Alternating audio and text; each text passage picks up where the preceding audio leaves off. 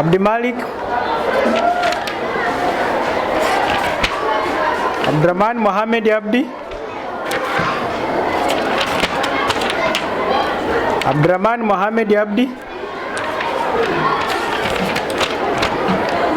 Abdurrahman Mohammed Abdi, Abdurrahman Mohammed Abdi, Abdi Malik Ali, Abdurrahman Mohammed Abdi, Abdurrahman Mohammed Abdi, Abdurrahman Mohammed Abdi, Abdi Malik Ali,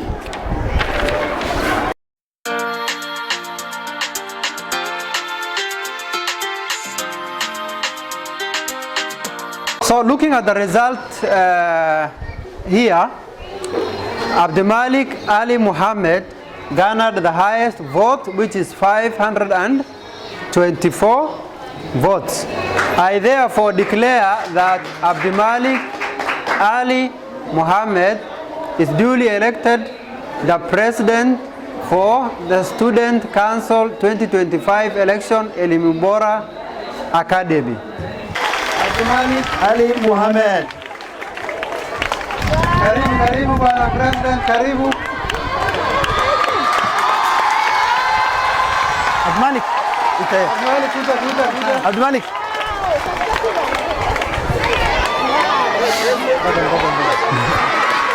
Fahma Muhammad Barriere.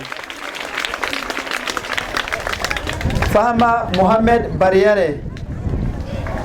Naibu wa Rais Fahma. Fahma.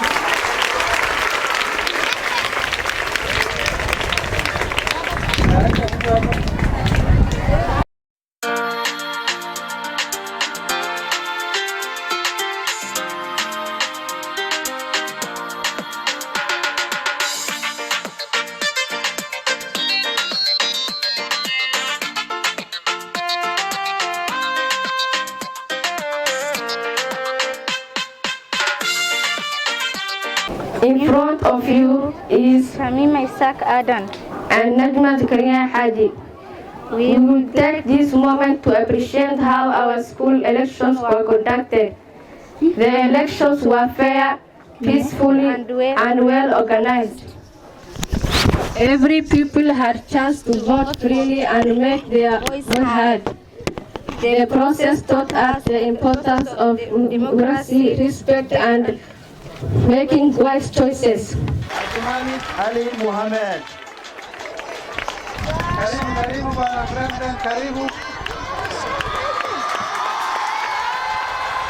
Abdumalik. Abdumalik.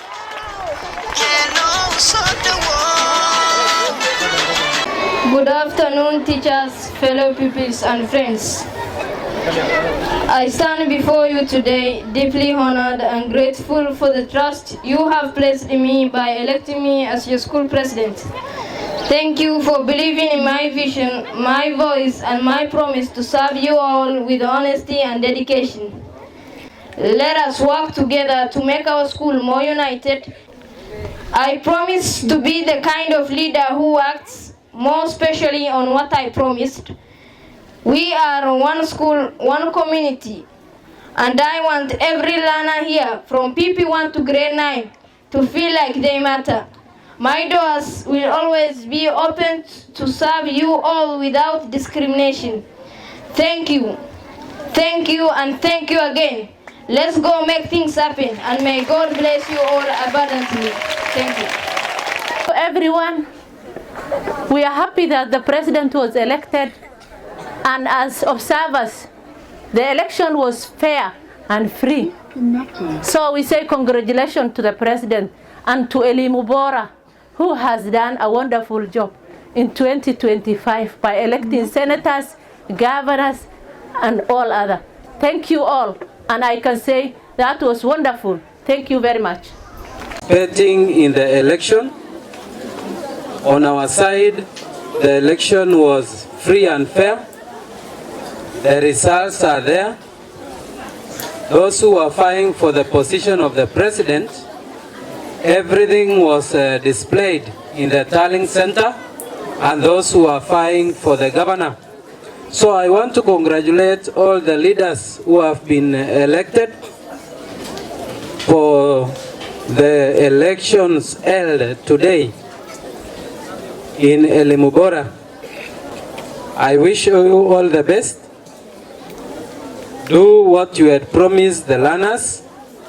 Especially the officials from IABC who have made this election a success. The observers, the teachers who have been participating in this election. So I really thank you for this wonderful work that we have done.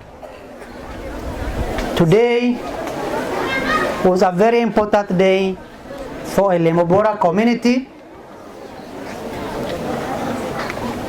because it's a day of election where you are going to exercise your right, democratic right. I am very sure for the last 1 or 2 weeks there were campaigns in terms of presidential, governors, senators have been campaigning for the last 2 weeks, maybe the start of the term. And today was our day to do the general election for all those positions, to make sure that this election become a success. We made sure that we involve all parties,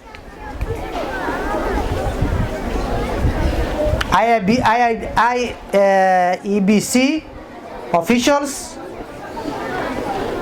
the observers, especially the parent, and also the teachers, to make sure that this election is conducted in a free and fair way.